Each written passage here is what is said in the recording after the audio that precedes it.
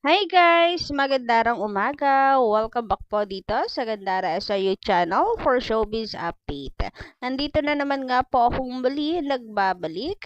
Ang nagmamaganda po ninyo kajismosang Kimpaw upang magatid sa inyo ng latest update and fresh happenings patungkol kay Kim Chiu and Paulo Avellino. And para po sa umagang ito, ang mainit nating chika ay tungkol sa mga ganap ng Kimpaw. Meron tayong sagap na balita na kung saan isang malaking question mark pa rin sa akin. Anong meron? Si Papi Paulo ay hindi po kasi pinapauwi si Kim Chu. So, bakit kaya? And eto guys, ang ganap naman ni Kim Chu sa ASAP. Grabihan, on fire. Iba talaga ang isang Chinita princess. Hindi po talaga binibigo ang kanyang mga manonood. Siyang tunay, bagay na bagay sa kanyang title na Dancing of the Dance Floor. Queen of the Dance Floor. Aga-aga bangag paata. Anyway, eto, before that, sa mga di pa nakaka-subscribe dito sa ating channel, maaari lamang na pindutin po ninyo ang subscribe button at notification bell para may updated po kayo at ma-notify tuwing may bago tayong chika, balita tungkol sa Kimpao. Basta po mga balita na may kinalaman kay Kinchin Paulo Avellino, sagot na natin yan. And for this morning, unahin natin pag-usapan mga kakimpaw. Ito pong latest update ng Star Magic of the Year. So ito po yung pinakabago na update po nila sa top 4. So wala naman pong pagbabago, sila pa rin naman yung apat. Ngunit nauna lang yung Maton kasi nung nakaraan ay ang Bini po ang number 1. Pero ngayon, Mato na. Bumaba po ang Bini sa number 2. Number 3 si Maymay and Rata. And number 4 ang Big 4 ng bahay ni Kuya. Ngunit, subalit tatapwat wala dito si Kim Chiu pa din guys. Kaya nananawagan tayo sa mga dyan na i-vote po natin si Kimi for Star Magic of the Year. Kasi deserve ni Kim kahit po pang third, second, ganyan. Dahil ang dami pong awards ni Kim Chiu ngayong taon na to. Grabihan ang Kim Pao. Kung meron man po na palagay ko na dapat po ipasok dito sa top 4, walang iba kundi ang Kim Pao. Kasi Star Magic of the Year ang pinag-uusapan. Meaning marami nagawa si Star Magic ngayong taon na to, 2024. And Kim Pao yan. So hindi lang po si Kim ate iboto, Kim Pao na. Pwede naman pa lang yung tandem po iboto kagaya nitong Maton, 'di ba? So why not Kim Pao i-vote po natin? Kasi ang dami nilang achievements, yung mga pinagbidahan nilang dalawa, nakakuha po ng award, knowing na bagong tambalan lamang po ang Kimpawa. So, suportahan natin yan. May nabasa nga po ako mula sa ating commentor na kung saan sabi, bakit pasok kaya ang Big Four? Eh wala pa naman silang nagagawa sa Star Magic unlike Kimpaw na marami nang nagawa sa Star Magic. Lalo na ngayong taon na to. As in, hindi lang yung mga nakaraang taon. Ngayong taon ang pinag-uusapan kaya Star Magic Artist of the Year Kaya naman na Kimpaw po ang pasok na pasok sa criteria. Samantala, dumako naman po tayo sa pinakasentro ng ating update para po sa umagang ito. Paulo Avellino ayaw pauwiin na si Kim Chiu. Saan kaya sa Cebu? Yan ang malaking question mark bakit tayo pauwiin ni Papi Paulo si Kim Chiu. And kung sa Cebu ba niya ayaw pauwiin si Kimi. Kasi ang update lang naman natin karaan, si Kimi pinapauwi para kompleto yung kanilang family, hindi ba? So, yun kaya, doon kaya sa Cebu ayaw pauwi ni Paulo. Pero bakit? Yun yung katanungan. Hindi kaya dahil sa sama ng panahon, hindi safe para bumiyahe, hindi safe para umuwi, kaya ganoon. Si Papi Paulo, naglalambing kay Kim Chu. And kung yun man ang reason na valid naman, hindi ba? Kasi ang sama, ang dami pong bagyong lagdaan, hindi naman talaga safe na bumiyahe. Kung lalo na ngayon na hindi pa naman nakakalabas po si Pipito. So, siguro after baka. Kung kaya naman ang sked ng Kimpaw, why not?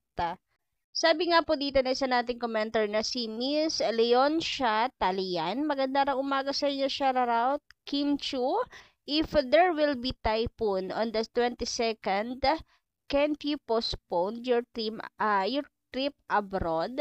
It is dangerous scheme. Let the people there understand. And naniniwala ako na maintindihan nila kung ipopostpone muna. Kung masama ang panahon, anong gagawin? Alangan namang i-push pa rin, hindi ba? Siyempre, mas importante po ang buhay ng tao. Kaya Kim, kung sakali, ay paki-postpone na lang. Ganon din si Paulo kasi sa 22 na sa Sultan Kudarat si Papi. Ngayon, kung masama ang panahon, wag na lang ituloy. Samantala, ginulantang naman ni Kim Chu at ginulat talaga ang mga tao sa kanya pong performance sa ASAP. Grabihan, on fire talaga itong si Kim Chu. Deserve po talaga niya ang title na Queen of the Dance Floor and kanya yang pinaninindigan. So, nakahinga na ba ang lahat? Ang mga kalalakihan na parang hindi po makahinga sa grabe, napaka-sexy na performance nitong si Kim Chu. Ang init, ang hot, grabe yun. Anyway, ayun nga, naka-sexy outfit ito si Kim Chu. Pero alam niyo ko ano napansin ko sa kanya? Kahit po siya ay naka-sexy outfit, hindi po siya bastusin. Hindi siya bastusin tingnan or malasuwang tingnan. Kumbaga, meron kasi mga dancer guys na kapag naka-sexy outfit, halatang nangaakit. Halata pong nagpapa-sexy lang. Pero si Kim Chu, pag sumasayaw, kahit po daring, kahit po sexy yung dance, hindi siya kabastos-bastos or malaswa. Hindi siya nang aakit kasi sumasayaw siya. Binibigyan niya ng justice ang sayaw. Makikita mo yung kaseksihan, yung gracefulness ng kanyang katawan, pero hindi mo siya iisipan ng kung ano-ano. Hindi ka magiging green-minded sa kanya. Even napakaganda, full package itong si Kim Chu. Pero sa TikTok, grabihan guys. Yung mga tao doon, pa naka-sexy outfit, talaga namang mapapasabi ka na lang na, ay, bastusin talaga sila tingnan. Halatang nang-aakit, pa hindi sila sumasayaw, nang-aakit sila. Ganon yung dating. Kumbaga yung nababastos nila yung nabababoy nila yung kanta. Pero si Kim Chu napakahusay talaga. Iba talaga pag disenteng babae ka. Nakikita yun sa'yo kahit ano pang gawin mo. Kahit magpa-sexy ka dyan, nakikita yun sa'yo. Igagalang at igagalang ka eh. Anyway, sabi naman dito ni Miss Norma Dayag, magandang umaga. Gandara, good PM na thank you for everything that you vlog. We are cleared already for that issue which triggered us. I cried and I really pity for Kimi. If this is legit, but thank you Lord, that's everything is cleared. And it was Paulo who paved the way to clear everything. Gandara, I am a avid fan of Kimi since PBB days. Until now, a full-time Kimi supporter. Now, enough for me that I am cleared and everything goes well. I can sleep now comfortably with a prayer to my idol that shall be safe in her works. So, with Paulo naman, tibay for bringing out the truth and nothing but the truth. I like also Pau to be his hubby. Cause I foresee that Pau will be a good husband for her. For what he had done and showed to Kimi. Hopefully, Kim Pao and are God-fearing, so that they will always prioritize the presence of the Holy Spirit in their life, most especially in their shows. Huwag kayong mag-alala, si Kim Chu naman po madasalin tao yan, especially outside the country, especially to Kimi. I love them so much, coupled with my prayers that they will be united in the holy matrimony.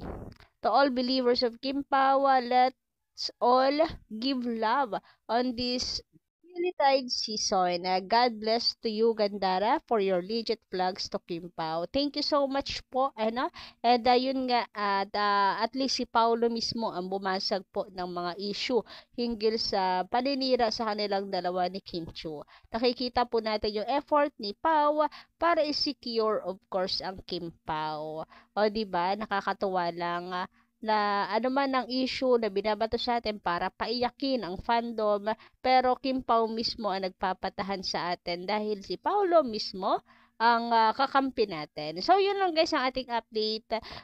Maraming salamat sa pakikinig and don't forget to click the subscribe button and notification bell para po sa iba pang mga balita. Maraming salamat.